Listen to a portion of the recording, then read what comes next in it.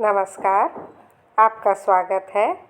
आइए आज सुनिए हिंदी जगत के सुप्रसिद्ध वरिष्ठ लेखिका उर्मिला शुक्ल जी द्वारा लिखी कहानी।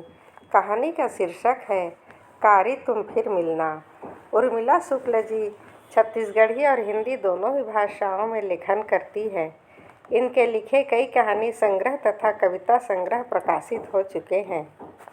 आइए आज इनकी लिखी कहानी का आनंद लीजिए। आज कारी आई है। वह आती तो अक्सर थी, पर आज का आना अलग ही था। आज वह एक बार फिर अपने सिंदूर और चूड़ियों के लिए आशीर्वाद लेने आई थी। आज उसे मंगलू के नाम की चूड़ी पहनाई गई थी। किसी के नाम की चूड़ी पहनना इस अंचल की एक रस्म है।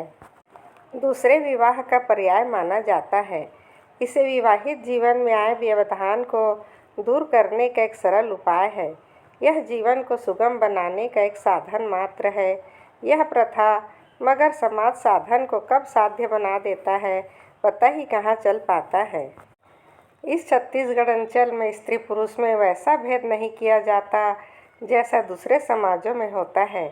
यहाँ की विवाह प्रथा में स्त्री पुरुष दोनों को समान अधिकार है। अगर ना निभे तो दोनों ही अलग होकर दूसरा साथी चुन सकते हैं। मगर हकीकत तो हकीकत है। हमारी विवाह संस्था जैसी ही, जहाँ औरत को किसी भी खूंटे में बांधना ही एकमात्र उद्देश्य होता है, सो आज कारी भी जबरदस्ती बांध दी गई थी। उसने विरोध भी किया था, मगर वह औरत थी। औरत का विरोध उसके जवाब में कई तर्क गढ़ लिए जाते हैं।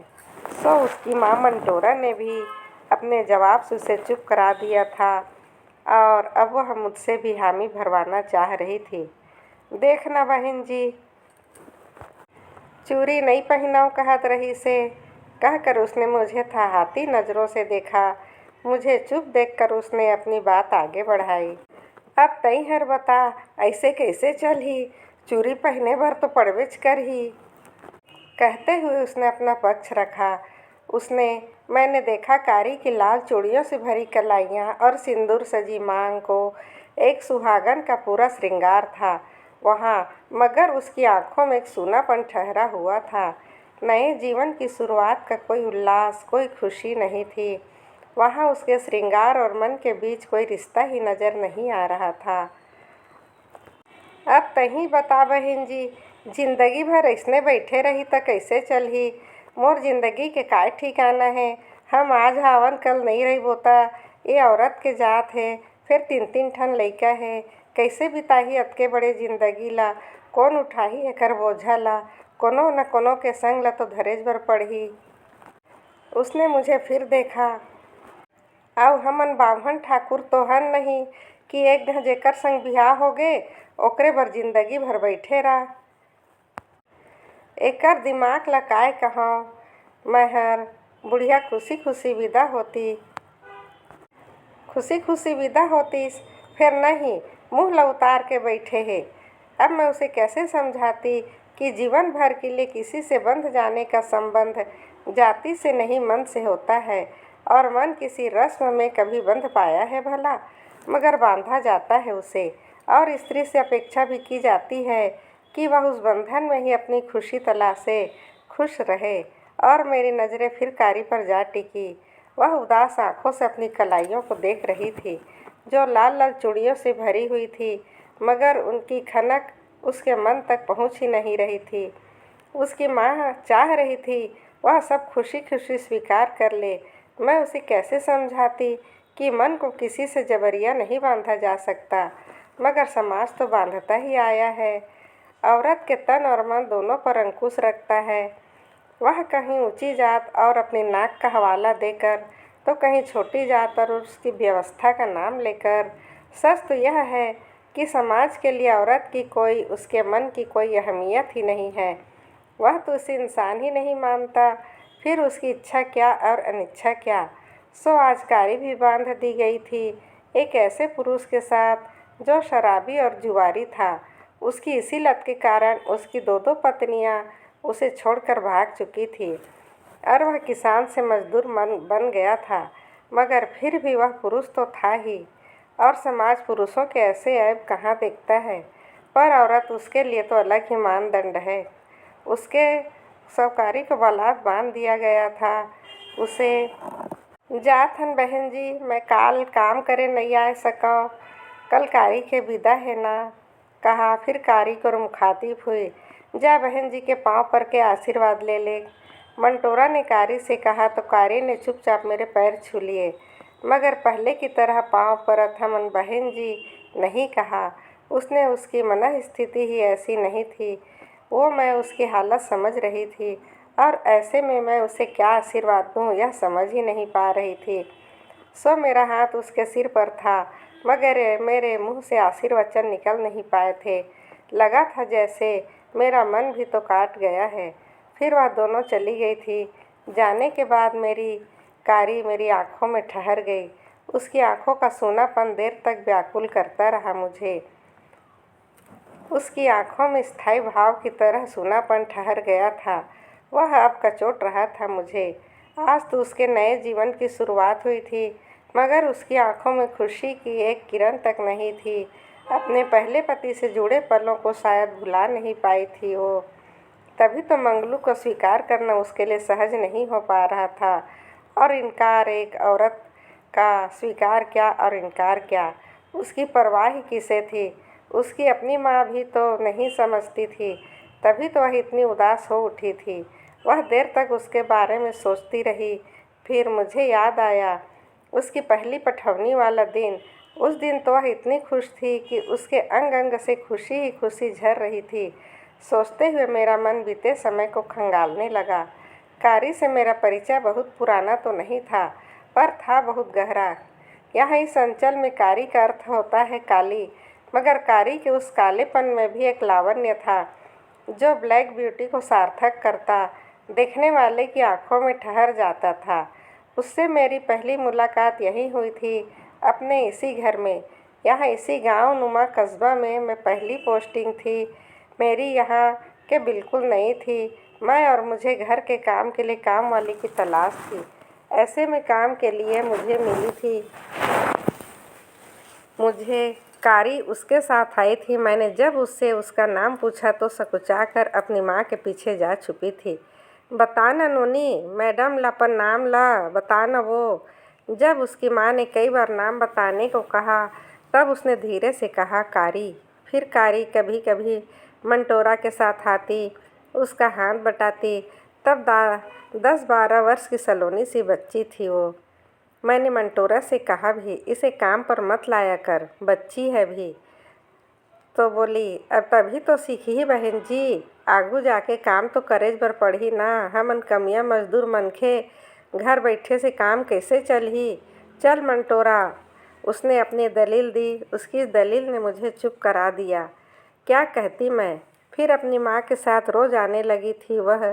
मैं शायद अच्छी लगती थी उसे, सो काम के बीच बीच में वह मुझे देखती, मगर मुझसे नज़र मिलते ही अपनी नज़रें झुका लेती थी। मुझे भी अच्छी लगती थी वह। नन्हे नन्हे हाथों से कभी डस्टिंग करती, कभी धुले हुए बर्तन जमाती। कारी को मैं भी देखा करती थी। हमारे बीच ये हाँक मिचौली अक्सर चलती रहती। फिर कुछ दिन बाद तो मंटोरा ने मेरे घर का पूरा काम ही उसके जिम्मे कर दिया था। मैंने आपत्ति भी की थी कि छोटी सी बच्ची है, उससे यूँ काम करवाना गलत है, कानूनन अपराध भी है यह। मगर मंटोरा के अपने तर्क थे। उसके तर्क अपनी जगह सही भी थे। गरीबी और ज़रूरतें कानून से कब बनती है भला। सो मुझे उसकी बात माननी पड़ी थी। अब कारी अपने नन्हे नन्हे हाथों से मेरे घर का सारा काम करती थी।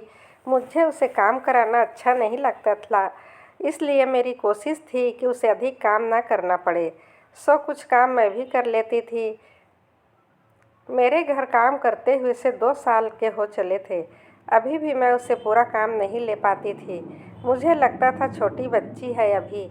मैं उसे सहयोग कर दिया करती थी, मगर अपने घर वालों के लिए शायद बच्ची नहीं थी वह। तभी तो उसने पराए हाथों में सौंपने की तैयारी कर ली थी। और जिस बच्ची ने अभी अपना पूरा आकार भी नहीं पाया था, उसे किसी और को सौंप दिया था। सोचते हुए मेरी आँखों में पीली साड़ी में लिपटी नन्ही शिकारी उभर आई थी। पीली साड़ी पहने छोटी शिकारी रह रहकर बांस के पंखे की ओर से बाहर झांकने लगती। उसका नन्हा सा मन अपने विवाह की रस्मों को किस तरह निभा पा रहा था यह तो मैं नहीं जान पाई, मगर उसकी चमकीली आंखों में एक अलग ही उल्लास नजर आ रहा था। कच्ची उम्र के होने के कारण ससुराल से जल्दी ही लौट आई थी वो। अब बड़ी होने पर पठौनी यानी विदाई होनी थी। विवाह के बाद वह फिर काम पर आने लगी थी। कलाई में खनकती चूड़ियाँ और मांग में सिंदूर भरे नन्ही शिकारी अब किसी की विवाहिता थी। अब साड़ी पहनने लगी थी वह। बड़ी सी साड़ी में छोटी शिकारी चलते समय अक्सर उलझ उलझ जाती, मगर साड़ी पहनना अब जरूरी था। फिर पठौनी हुई थी, इसकी मुझे याद है। ऐसा ही श्रृंगार तो था उस दिन भी जब वह मुझसे आशीर्वाद लेने आई थी। ऐसी ही लाल चूड़ियाँ, सिंदूर से भरी मांग और आँखों में थे अनगिनत सपने। उस दिन मैंने भी तो कितने कितने आशीर्वाद दिए थे उसे। बिल्कुल पुरखिन की तरह उसकी खुशी उसके चेहरे से छलक पड़ रही थी। फिर आज ऐसी उदासी। श्रृंगार का संबंध भी तो मन से होता है। मन की खुशी हो तो मुख पर लावण्य लाती है, मन में खुशी न हो तो श्रृंगार भी व्यर्थ हो जाता है। मगर औरत का मन, उसकी खुशी कौन सोचता है उसके बारे में। तभी तो कारी को उस अनचाहे पुरुष के साथ जाना पड़ा। सोचता मेरा मन देर तक परेशान रहा। कारी विदा होकर चली गई और उसका काम मंटोरा ने संभाल लिया था। कारी को लेकर मेरा मन कुछ दिनों तक बहुत परेशान रहा। फिर सब सामान्य हो चला था। बीच बीच में मंटोरा से उसका हाल चाल मिलता रहता।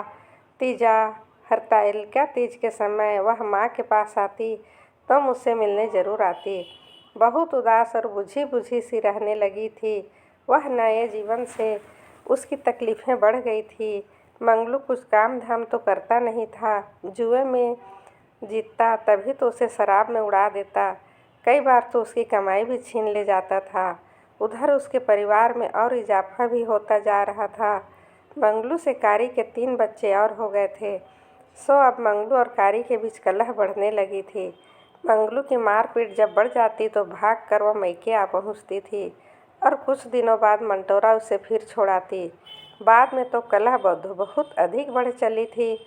कारण कारी की बेटियां, जिन्हें वह पढ़ाना चाहती थी, मगर मंगलू उसे काम में लगाना चाहता था ताकि उसकी शराब का जुगाड़ हो सके।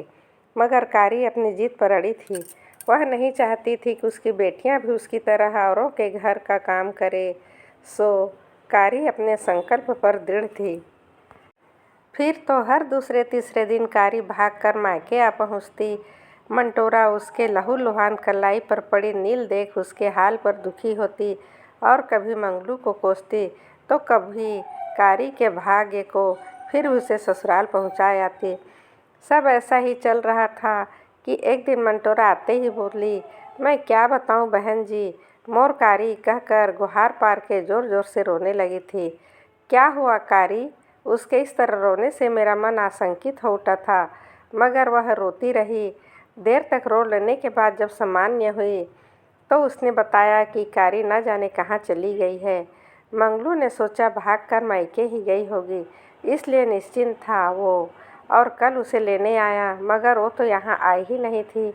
ऐसा ना बेटी जन्म लेता भगवान मोला ठरकी बांझ रख देतीस, कहकर मंटोरा फिर रोने लगी थी। मंटोरा की नज़र में यह कारी का सबसे बड़ा गुनाह था। अपनी कोख को कोस रही थी।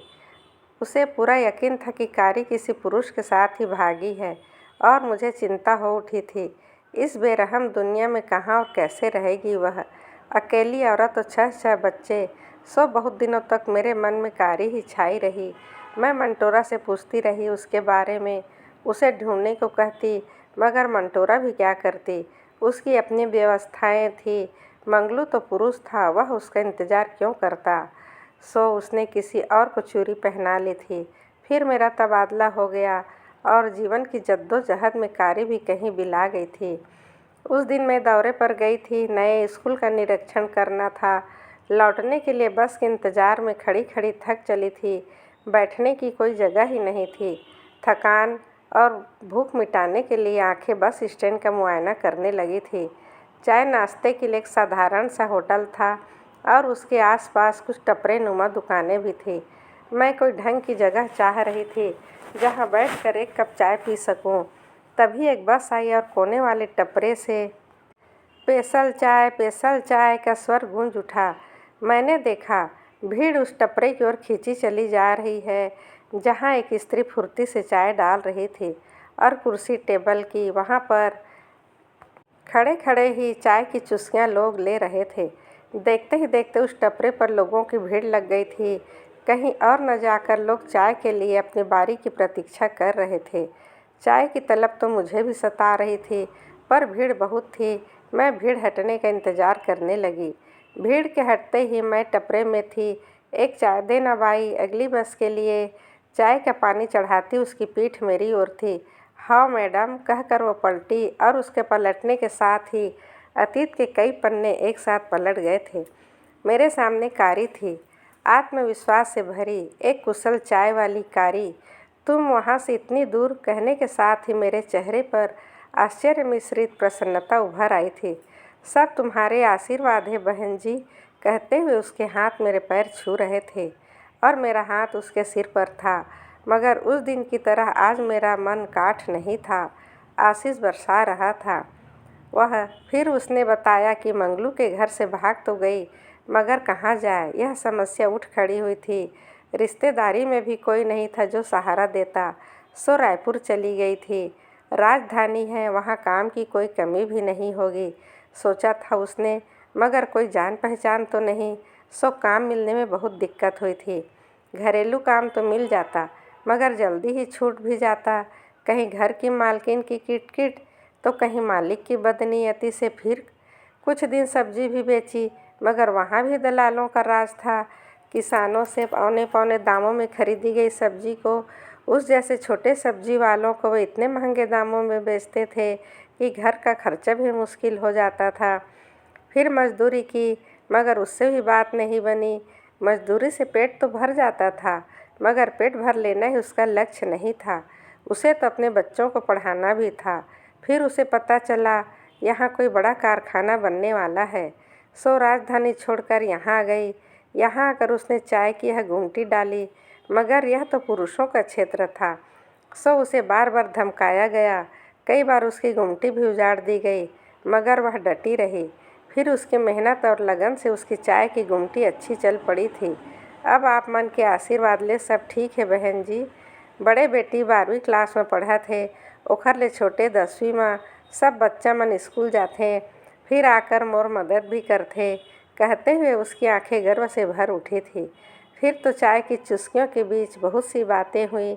बातों में अतीत बार बार उभरता रहा। मंगलू का जिक्र भी आया। मैंने देखा मंगलू के जिक्र से उसके चेहरे का रंग कुछ बदला जरूर था, मगर उसने जल्दी से बात बदल दी और कहा, बहन जी यह चुनाव में तुमन कौन पार्टी ला वोट देहा? उसका यह सवाल मुझे चकित कर गया। मेरे लिए उसका यह सवाल किसी झटके से कम नहीं था और उसने मेरे सोच की कई परतें भी खोल दी थी। सो उससे और अधिक जानने के लिए मैंने पूछ लिया, क्या तुम राजनीति में भी रुचि लेती हो? काहे नहीं, का यह देश हमार नहीं है? हमन भी तो वोट देथन, हमार वोट तो भी गिने जाते ना। सरकार बनाए में हमरो हाथ रहते कि नहीं? तब इन सोचे समझे कोई ला वोट देबो तब बेवकूफ़ी हो ही ना। कहते हुए उसने मेरी आंखों में देखा तो मैं अचकचा गई। उसकी नज़रों में अब ऐसे कई सवाल टके हुए थे कि मैं उसकी नज़रों का सामना नहीं कर पा रही थी। तभी मेरी बस आ गई और मैंने उससे विदा ली। विदा के क्षण जब उसने फिर मेरे पैर छुए तो आशीर्वाद देकर मेरे होठ खामोश हो गए थे, मगर मन अभिभूत था। वह कह रहा था, कारी तुम फिर मिलना। ऐसे ही खूबसूरत मोड़ पर अभी आपने उर्मिला शुक्ल जी द्वारा लिखी बहुत ही सुंदर कहानी सुनी। अब मुझे आज्ञा दीजिए। यदि आप इस चैनल पर नए हैं तो प्लीज़ सब्सक्राइब कर दीजिए। आपका दिन शुभ हो, मंगलमय हो। आप सदा हंसते रहें, मुस्कुराते रहें। धन्यवाद। राधे राधे।